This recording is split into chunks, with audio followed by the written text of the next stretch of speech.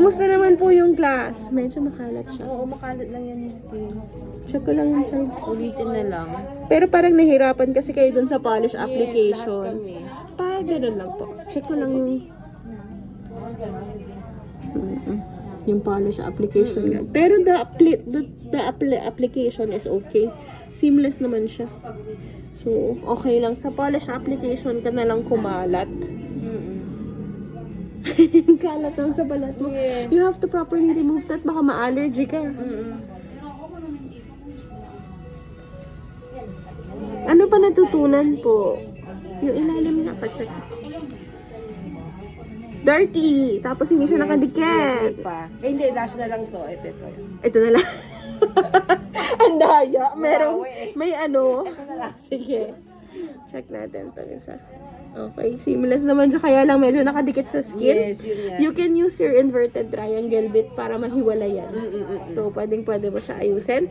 Next, itong kuko mo. Nakalabas. Yun, oo. Yan. So,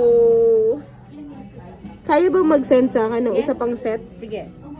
Kamusta naman ikaw sa clients mo? Okay ako sa...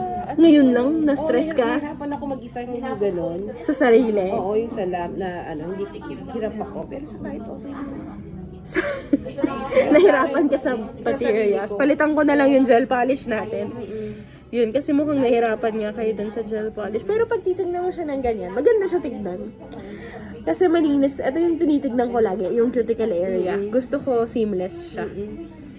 Yun. So, papasaba natin to. Kasi pag hindi, babalik mo sa akin yung certificate. Sige na nga. Pero I want to see more. Okay. As much as possible. Para sa'yo to eh. Hindi naman para sa akin.